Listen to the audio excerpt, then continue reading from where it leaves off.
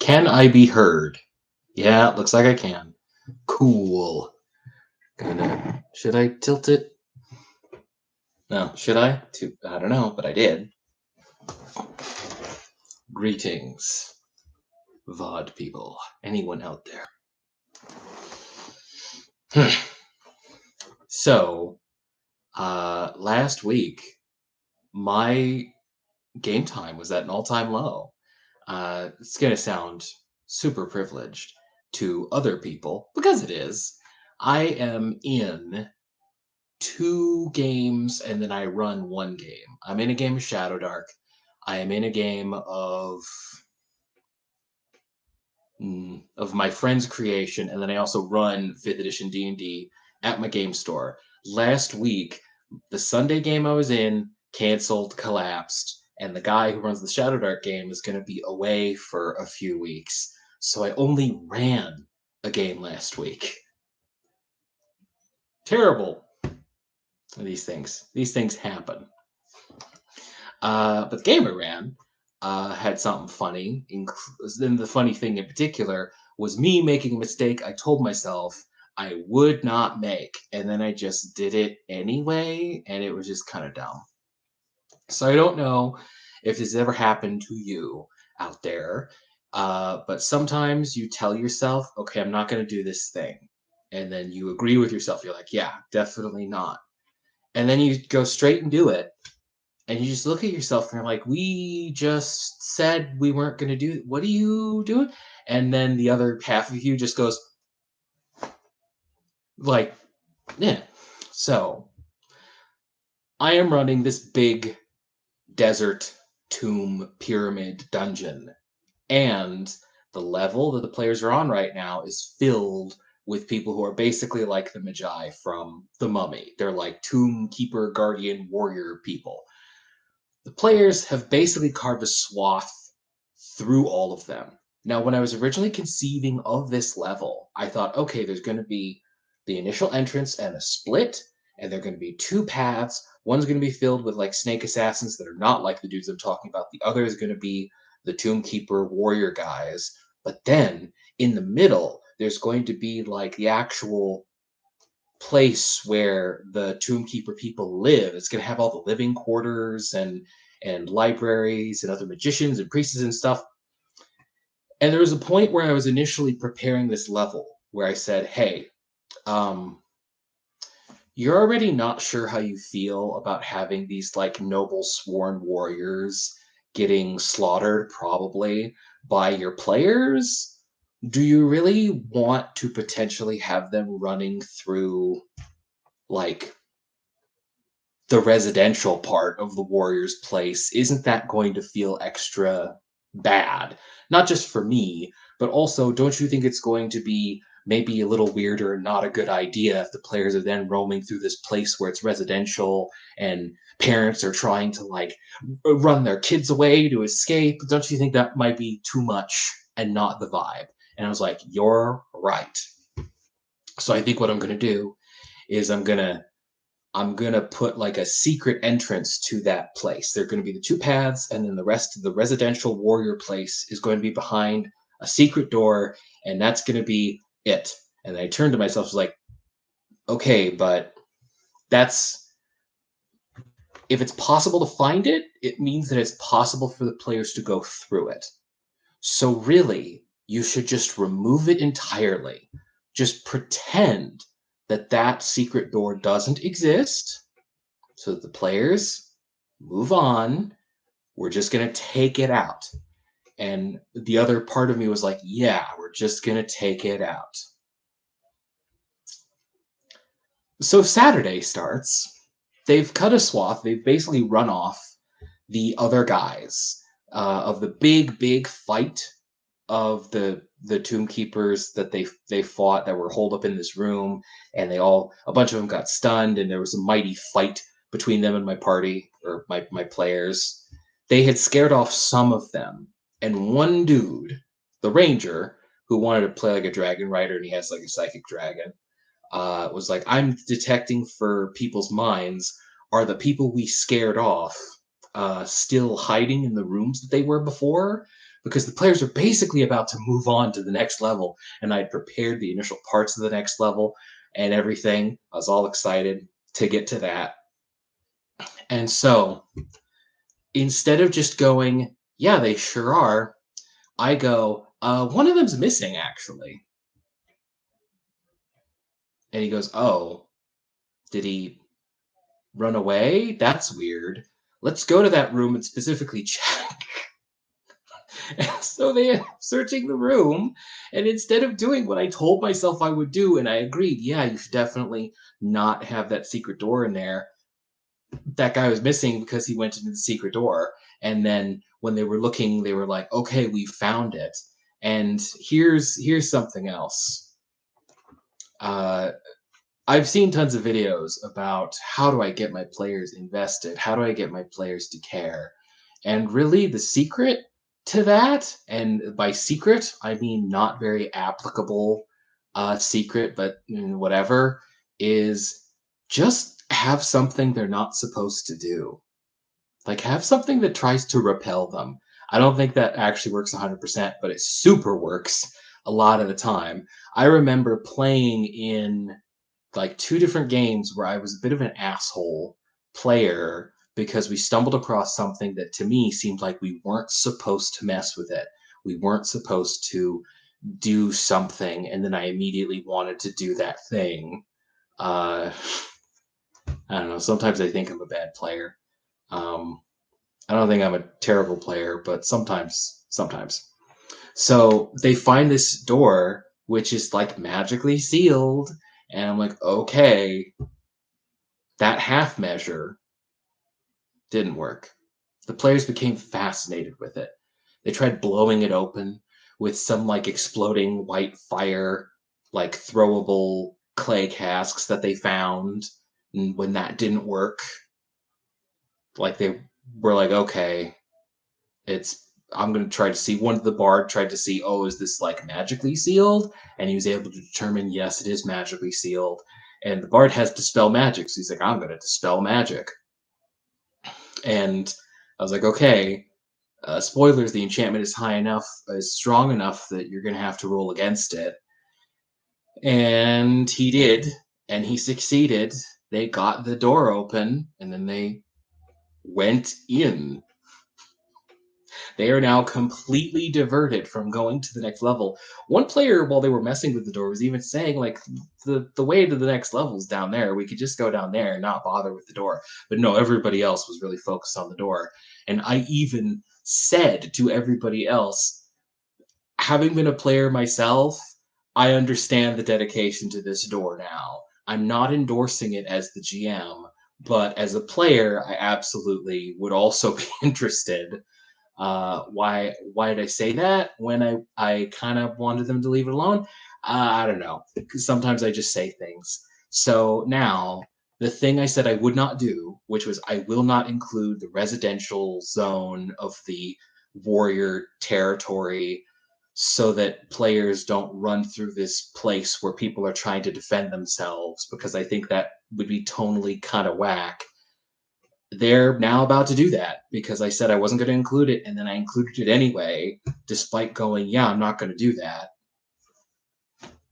I make decisions, and then sometimes I don't listen to myself about those decisions, and then go, what are you thinking? It just would have been the easiest thing in the world to just go, yeah, that guy's still there hiding. And then the players would be like, okay, we'll move on, I guess.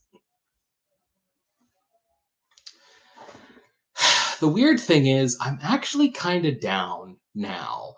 I don't I don't want them to be like hunting down and like killing these people to the last, including like younger people and stuff. I'm definitely not going to play it like that.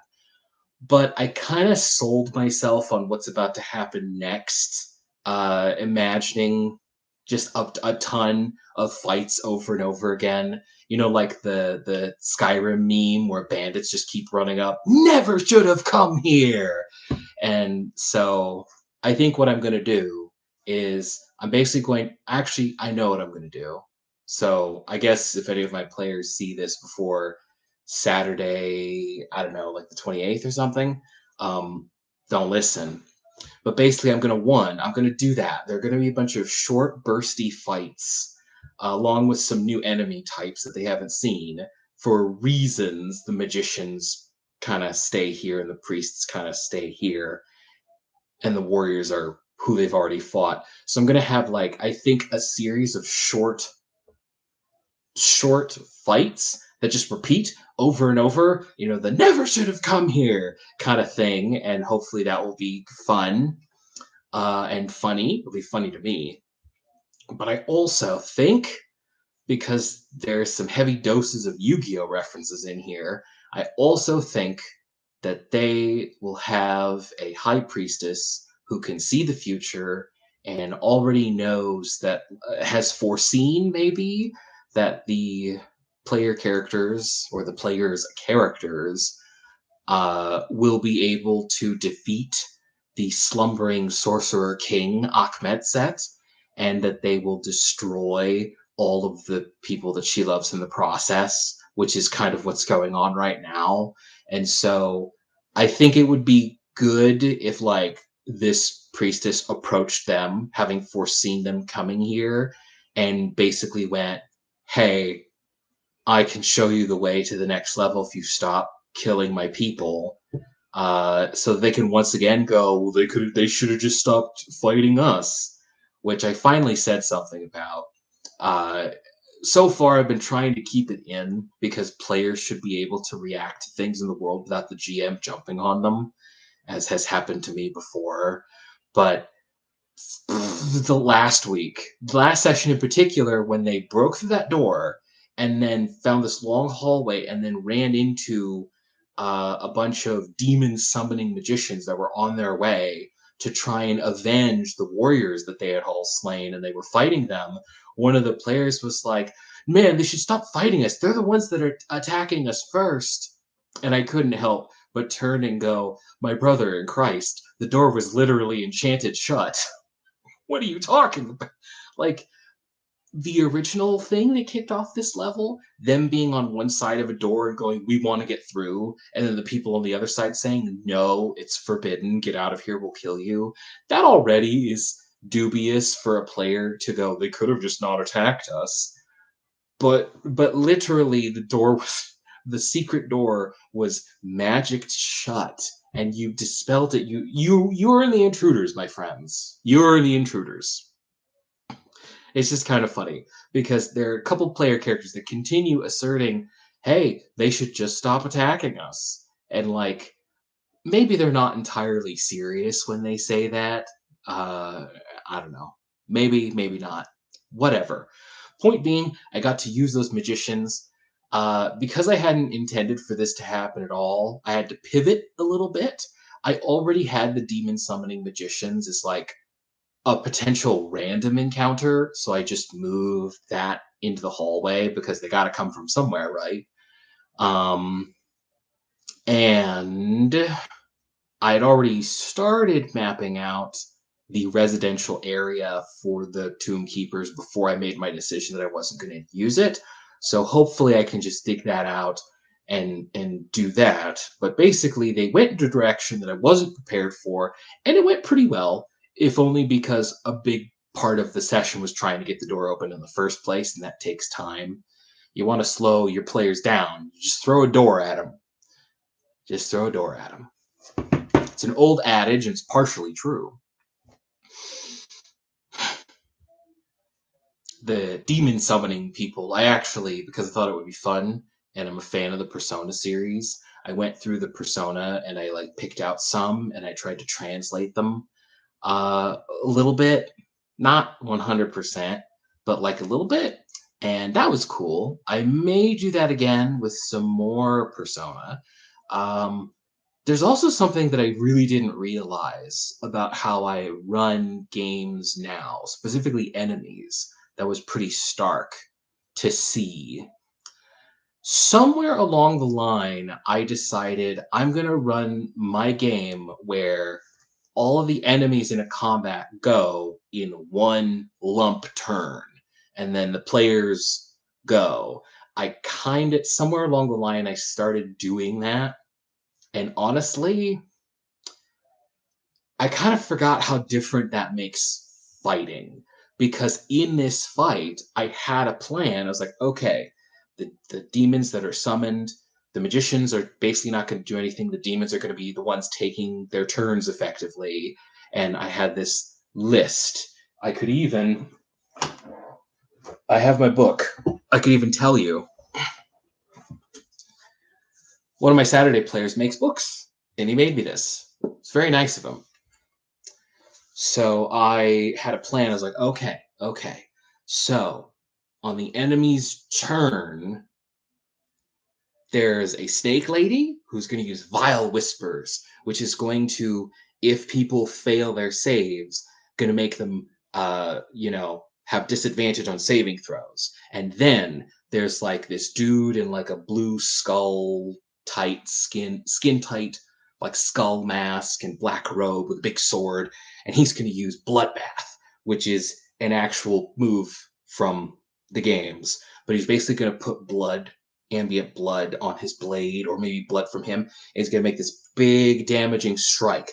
But the damaging strike is also going to have a fear, right? Yes, it's going to have a fear effect on it. The players are immune to fear, but he doesn't know that. So it's going to do a bunch of damage. There's going to be fear, but the players are going to be like, we're immune to fear. And that's going to be cool for them because the enemies don't know that, but the players do. They're like, haha. Then this leopard demon warrior that walks on two legs is going to make this big multi-sword dance kind of attack. Oni Kagura. And the ferocity of his blows and the cutting stinginess is going to have a chance to berserk everybody. But everybody already has disadvantage on their saves. So some people will get berserked, some people won't.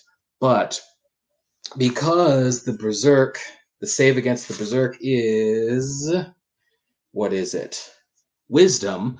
It means that at least some people who are not good at wisdom are going to fail.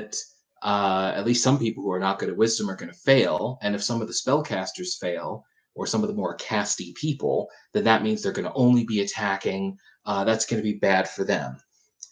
And then everybody who's not hurt, but also is damaged from like 2 different attacks now that do a bunch of damage, the last demon, because there are 4 demons, is going to use sleep. She's going to cast sleep, but it's going to be like the old school sleep where you get a certain amount of hit points. You roll like a bunch of d8s, and then you put to sleep someone who has hit points equal to that. It's good because there's no save, but if people are already damaged, like that makes it like potentially really good. They had this big combo turn. But because I hadn't rolled separate enemy turns in a while, I said, gee, let's go ahead and do that this fight.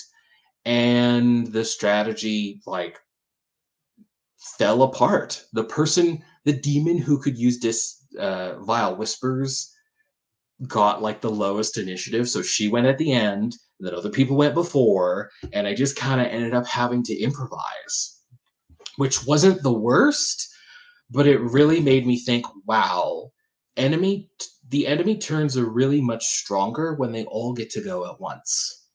Because enemies can collaborate with each other way better if they all go at once. I originally started doing this because if there's a big group of enemies, I don't want to be having little odd bits and bobs of enemy turns scattered throughout the initiative. I think it's better. Like if there were like 20 goblins and then like 4 hobgoblins, I would take the goblins' turns all at the same time. It used to just be this saves time. And then somewhere along the way, I just started lumping enemy turns all together to make the game go faster.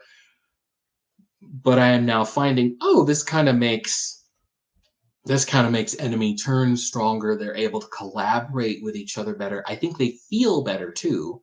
A single goblin makes 1 attack and deals a little bit of damage.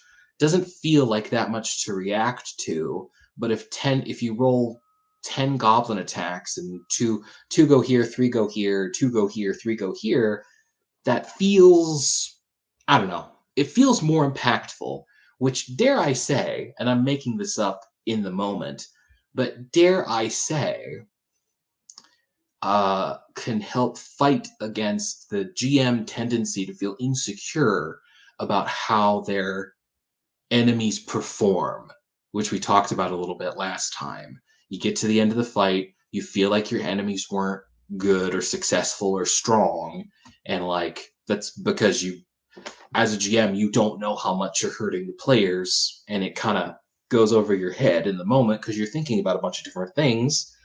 Um, or at least if you're me, I think that's a big part of it.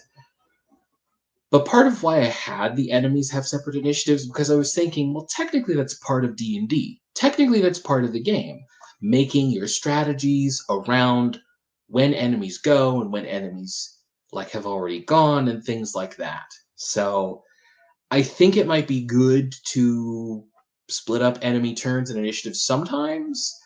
But at the same time, when enemies are grouped together and they can collaborate together, and that's obviously really good, preferable. So I guess maybe the answer is a mix.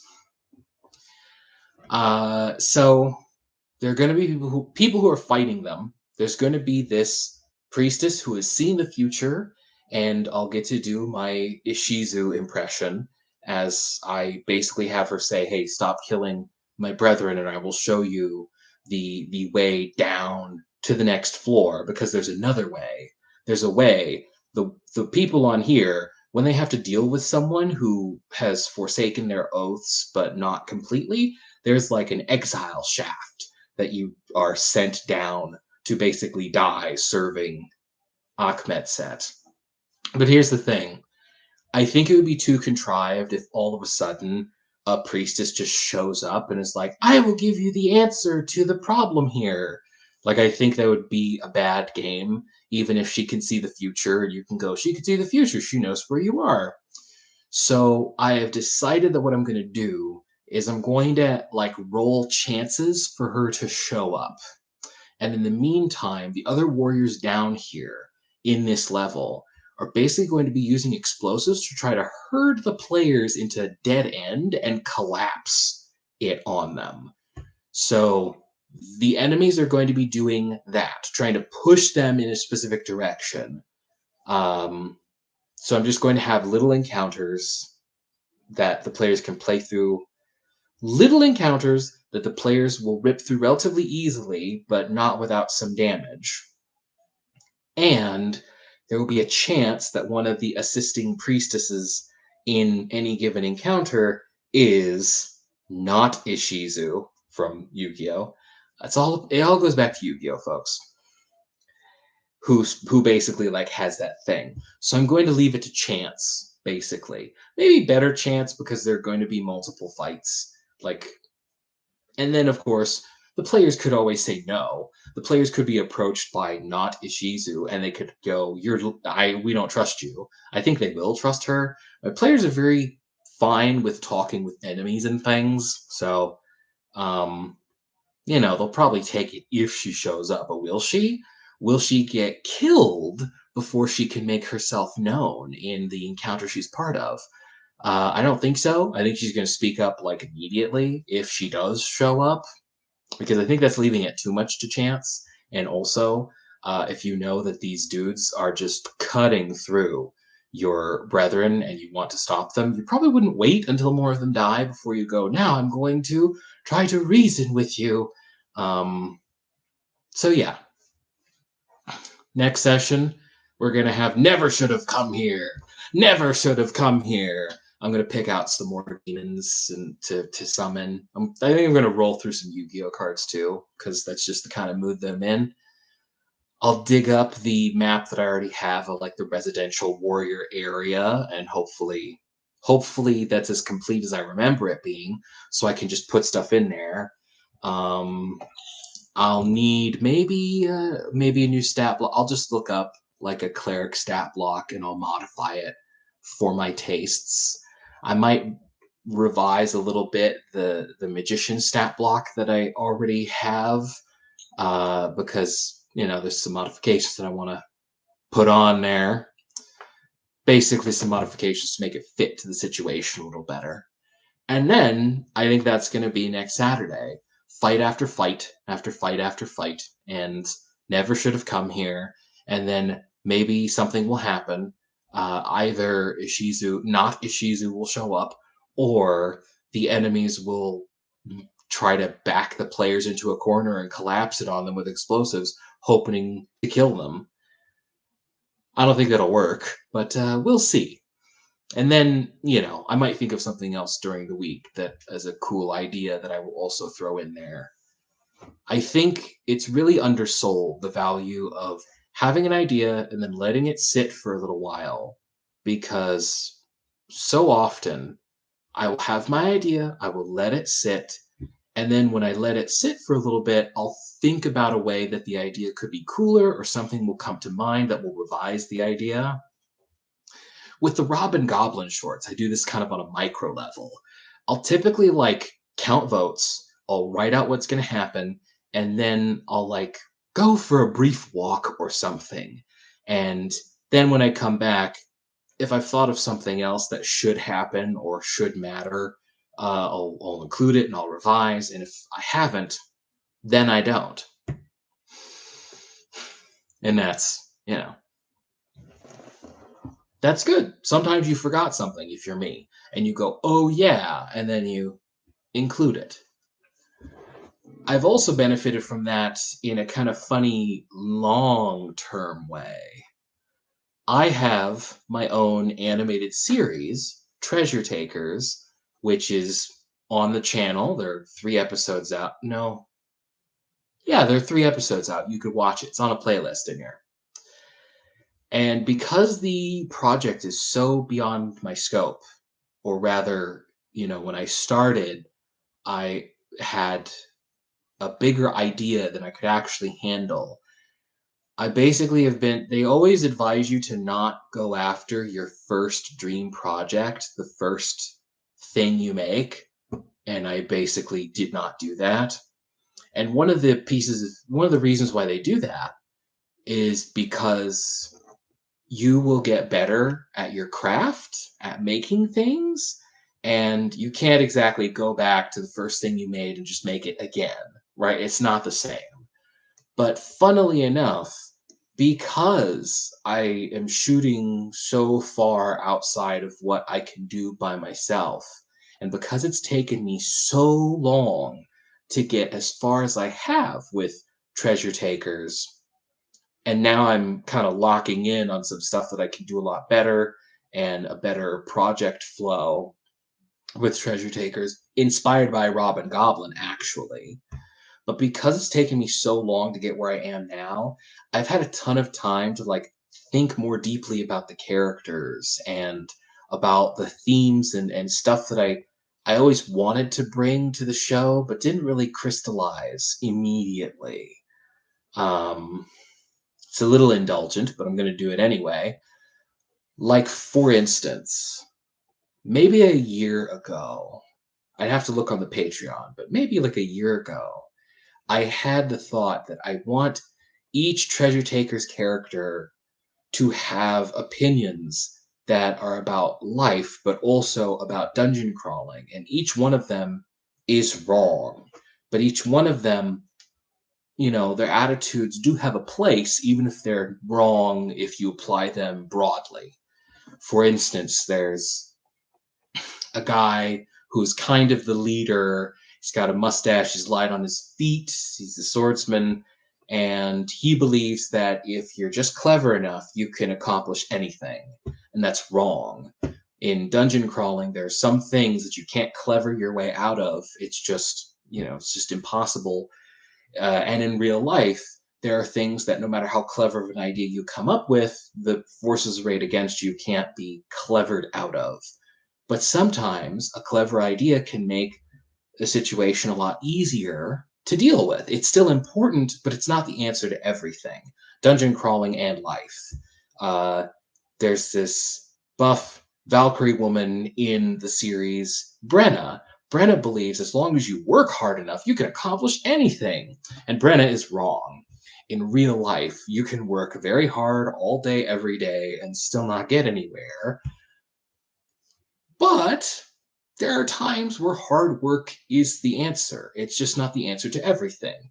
And in dungeon crawling, no matter how hard you fight, the dungeon has more hit points and resources than you do. It just does. You can't fight the dungeon as hard as you can and then go, I won the dungeon. Dungeon crawling calls for more nuanced approach than that, as does life. And then there's a wizard character that's in wolf furs, basically. And she believes that you should just kind of go with the flow, man. If you just go with the flow and follow your heart, you'll end up where you need to be. And Shira is wrong. When you don't, I'm trying to remember how I put it. When you just go with the flow and you don't have your own like things set, you easily get pulled into other people's orbits and other people's problems. You need to act with intent. In life, if you just are wishy washy and do whatever, you will always be getting sucked into someone else's business. And in dungeon crawling, you can't just do it based on vibes. To survive the rigors of the dungeon, you need to have a plan, even if that plan goes out the window. Improvisation can be death, metaphorically and literally in either case. But sometimes it is good to be that way. It has its virtue, just not everywhere. And then there's one character who's in like heavy armor, and his name is James, and he believes that if you just keep your head down and bide your time, you'll eventually get to where you need to be. And James is wrong. In real life, you're never going to get anywhere if you just keep your head down and just kind of plug along. You need to make big leaps and jumps, or even small leaps and small jumps. Living a life without any risk whatsoever disqualifies you from getting anywhere other than where you already are. And in dungeon crawling, if you always pick the safe route, you will always get the lesser of rewards. But on the other hand, safety is good. It's actually a really bad idea to take big romantic swings in dungeon crawling and in life, because while it might be a fun story in dungeon crawling, it will usually end with, and we all had a glorious death, which maybe is not what you want. And in real life, if you take a big, glorious romantic swing, it will end with, and maybe I shouldn't have done that. Each one of them has broad beliefs that they try to apply to everything. And a part of Treasure Takers that I hope to capitalize on is that they are all wrong, but there are times where they are all right. And it's a mix and match. And if I do it correctly, I hope to tell a story where they accomplish what they accomplish because they learn from each other and mix and match their own philosophies to get ahead. Because in life and in dungeon crawling, you need all of these. You need the daring to believe that if you're clever, you can make something work, but you also need to know when to let shit go and back off. You need to learn that sometimes you need to negotiate or you need to rethink what you wanted because it's not going to work out. But there are other times where you need to sink your teeth in and fight your hardest because it's worth it. And there are times where only the belief in your heart that you're following the path that you want to is going to be just about the only thing that will ward off encroaching darkness, to be dramatic.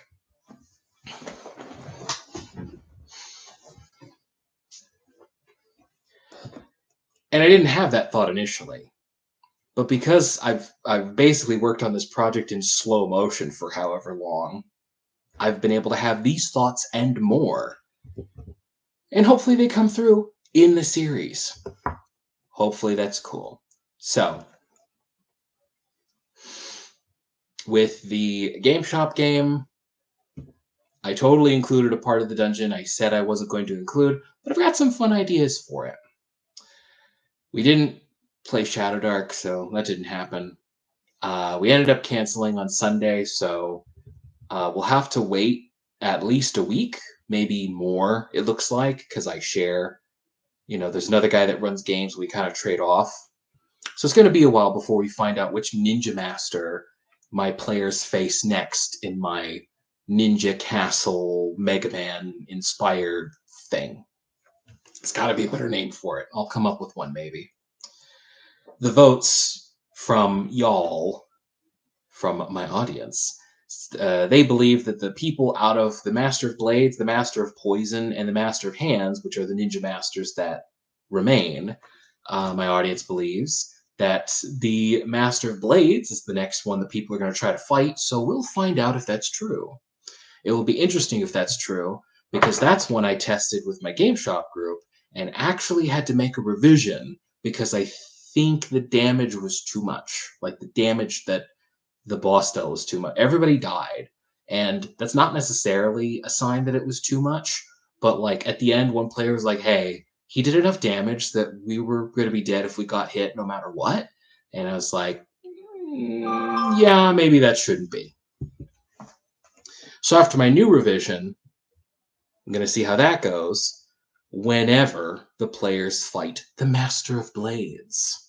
I've even thought about upping the damage retroactively on the Master of Fire, which is the one that they fought last time. Master of Fire has this big pipe that creates living fireworks that attack the players, which I thought was pretty cool. And someone at the time was like, that's pretty cool. So it's always good when it works out that way.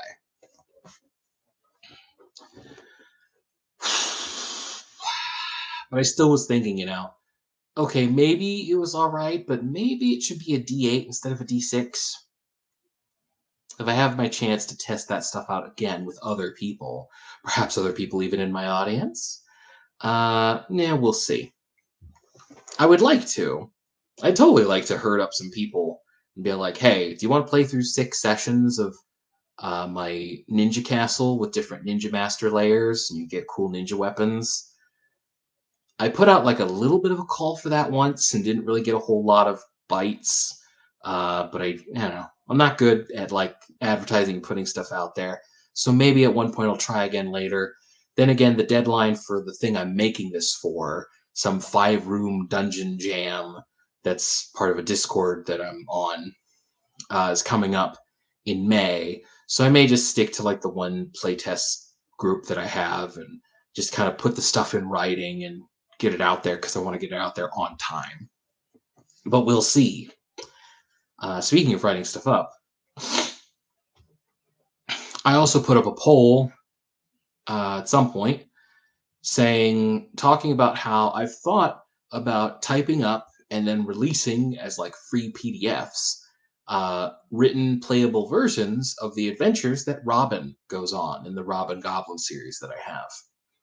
I made a poll asking, hey, do you want that, or would that kind of ruin the mystique of the whole thing?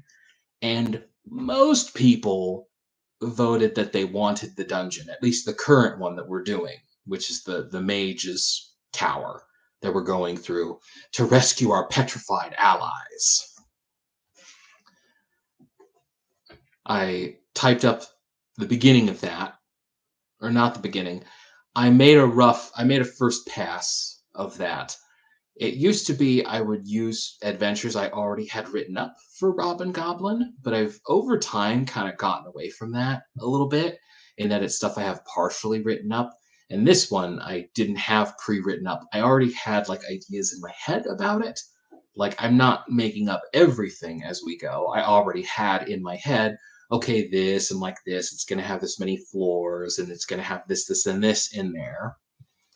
And so I wrote that stuff down in like a first pass yesterday because I had some time yesterday. I was a little burnt out. I'm currently grinding hard on the next episode of Treasure Takers, Gargoyle Keep, and I got a little burnt out on that. So there was a point yesterday where it's like, I'm kind of burnt out, but I still need to work on stuff. I'll do a first pass on the Robin Goblin Mage Tower bit that we're doing right now, which I suspect is going to come to an end relatively soon, so I'd better get in gear. with having the thing written up that I'm going to release at the end of it. I suspect that we're getting close to the end, close-ish. Though I could be wrong. And then there will be another adventure, and then another, until Robin hits max level, or dies, or I get so bored of this that I just don't want to do it anymore, which I don't see happening before one of those other two. Though, fun fact for anybody who watches this, since I use Shadowdark for the Robin Goblin series, that's why D&D is in quotes in the title. Max level in Shadowdark is 10, and Robin is already level 5. I wanted to pay tribute to that in like this the last time that we finished an adventure. We finished with the Cursed Castle, and we were going to celebrate our recent like win. I wanted to pay tribute to that, or I wanted to reference it, but there just wasn't time in the short, because the shorts, they got to be short. I basically do the whole thing in an evening, so sometimes stuff gets cut, sometimes I can't stop and do everything that I want to do, which is kind of funny because while the Robin Goblin workflow has inspired me to revise my Treasure Takers workflow, they're also like I'm in direct struggle with like I want to include stuff. I want this stuff to be in here, but it's like, but at the same time, you're trying to emulate a more stripped down workflow so you can get it out faster. Because like I absolutely cannot sustain, and I'm never going to finish Treasure Takers if I put out one episode a year. And I also think that it's not worth it in a way. Like all the other indie people that I see, would they put out stuff, any other indie animator or animation team that you have heard of puts out episodes like once a month or once every several months, or there are big gaps between, but they put out like actual, this is just me talking about something that I think about a lot, but it's my stream, I can do what I want. Pretty much any indie animator you've heard of puts out videos infrequently, but they're putting out like TV length episodes that are like 20-ish minutes. So it feels worth it in a way. Treasure Taker episodes are like 2 minutes. I just don't think that feels worth it when you come back after a year. Like, as some people, God bless them, are like, yay, hell yeah. And you know what? If it were me, I'd feel the same way. Because you like what you like and you want to support it. But, I think broadly it's a little difficult to get enthusiastic about like a little bite every year, which is why I hope to get a more streamlined workflow in order so I can basically make a season of Treasure Takers and then do weekly releases until the season is through and then work on another season. That's what I would like to do. And that's what I'm working on doing. Though it will be easier said than done, considering it is literally just me and the voice actors. But I swore I would pay everybody who worked on it, and I don't have the money to do so, which means it's just me and the voice actors. And that's how it is. Though I'm not going to lie, I definitely find myself thinking that if instead of Robin Goblin, or not instead of, actually, I find myself thinking that a much easier thing to do would be like YouTube shorts, like dungeon crawling YouTube shorts, basically, instead of like full-fledged episodes that are like a minute and a half to 2 minutes long. And if I just made 1 million of those and then tried to transition from that to proper episodes once I had like an audience, that feels like it would be a really good, like a dream track to be on. Kind of too late now, though. And by too late, I mean I don't want to go back. Like I have thought, well, you could do that. You could just do that for Treasure Takers for however long, and then if you develop that audience, then you could go back to episodes. And I thought, I don't want to though. In no small part because I kind of did that a little before. Also on a playlist somewhere on here is Gargoyle Keep Kai. There's a point where I was very frustrated with how little progress I was making, and so I basically translated the story of Gargoyle Keep into a series of YouTube shorts. And one, people watched them, but nobody commented or anything, so not too much engagement. But the big point that I'm bringing it up for, I constantly felt stifled.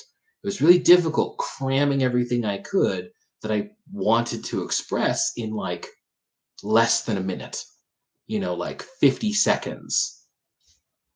And it just kind of sucked, It just kind of sucked. The vision I have for Treasure Takers is different from a YouTube short, I want more room than that. Even going, oh, Robin Goblin and that workflow has inspired me. It's inspired me in that I think it would be cool if I've had the thought that if you string 4 Robin Goblin shorts together, that's about 2 minutes, and that's about how long the episodes of Treasure Takers are. I'm hoping to like break up an episode of Treasure Takers into 4 beats, so to speak, and then do those 4 beats over the course of a month and then get it together and get it out of there. It's not, oh, I want to make YouTube shorts that are just Treasure Takers YouTube shorts. I'm going to make Treasure Takers into YouTube shorts because I want to do more than that. And I don't have the time for the storytelling I want to do with those episodes if I'm cramming it into under a minute. And I know that because I tried it and it sucked. I mean, it sucked in that I was dissatisfied. Maybe people liked it. I have no idea. So I'm not going to stream for as long as I usually do, but I am going to cap off this stream with a complaint. A complaint about Dungeons and Dragons. I was watching D&D shorts the other day, and they brought up this spell that I had never heard of, and I looked it up, and it's real and it's whack. There is a new spell in like 5th edition Dungeons and Dragons 2024, only now they've decided to call it 5.5e. Okay. There is a spell that if you cast it, it's a bonus action, it's concentration. If you cast it, it gives you advantage on all your saving throws against magical effects. So you roll 2d20 and you take the higher. It gives you advantage on all magical saving throws for a minute. And if you make your save, if you would normally take half damage from whatever you saved against, you instead take no damage. So it gives you magic resistance and evasion for magical effects for a minute, which is effectively the whole fight. It's concentration, but it's also bonus action. If you were to ask me what level I thought this spell was, I would be an asshole and I would go, well, since you're asking me, I bet it's too low. But if I were not an asshole, I would say, I would get, well, spell magic is 4th level, and it's, this thing is stronger than that. But I'm going to go ahead and guess 3rd or 4th level. It's 2nd level. It's a 2nd level spell. And that really bothers me. And I must emphasize, I am not bothered because the spell is strong, right? I think it's kind of annoying when people flip out because something in D&D is strong. Like, that's fine.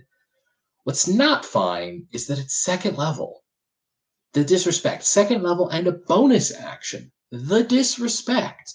Something like this, 1, should be your action to cast, not a bonus action. And 2, it's a 2nd level spell. Do you know what else is a 2nd level spell and fairly good? Hold Person.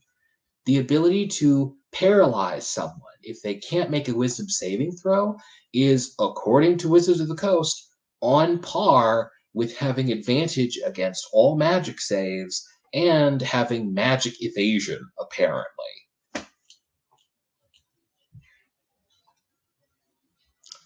I already knew that Wizards of the Coast and I are not playing the same game, but boy, does something like this make it really apparent.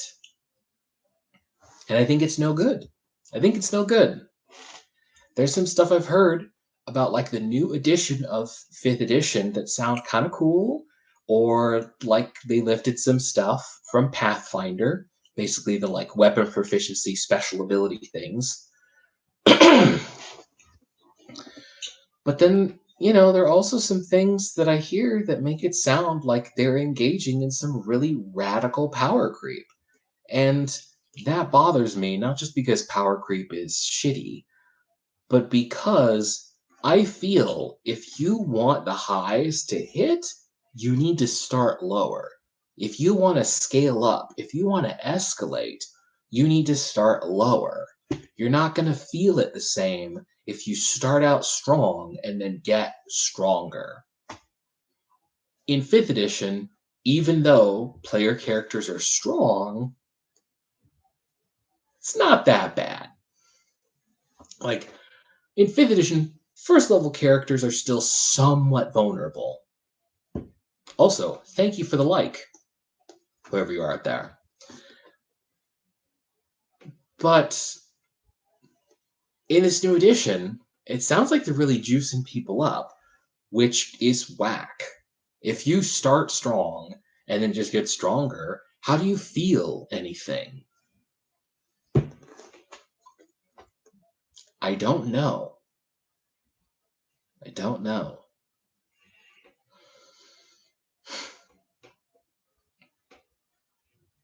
Anyway, it's whack. It's stupid. I already didn't like that they nerfed Great Weapon Mastery and the smites that paladins get. Leave paladins alone, goddammit. But hearing about this, just terrible. I do, and it's not like I buy Wizards of the Coast merchandise anyway, so it's not like they're selling to me anyway. But like, just terrible, terrible, and the worst. And that's all I have to say about that. And dare I say, that's about all I have to say in general. I don't really have much on the game front other than that mistake I told myself I wasn't going to make, but I now have, but I'm okay with it because of jokes and memes and a little bit of adjustment that should make it fun. More Ninja Master stuff will happen when I can get it to happen. My friend's starting a 2nd edition Pathfinder thing, so that may take precedent this coming Sunday, but maybe the Sunday after. We'll see. I'm trying out the monk in Pathfinder because I'm interested in it. I've played some Pathfinder before. I'm not gonna lie, it's not really for me, but at the same time, I don't know, I like some stuff about it. I'm not going to hem and haw about it too much, at least right now, because I'm going to end the stream in a little bit. Otherwise, I would go on my big diatribe about why I don't like it and why it's not to my taste, but I'm kind of intrigued. But if you can just imagine, there are moments where I'm like, ugh, Pathfinder. And then there are moments where I'm like, oh, Pathfinder. And it's just a whole thing. But it's not for this day. Thanks for hanging out. I hope that was something. And catch you next time.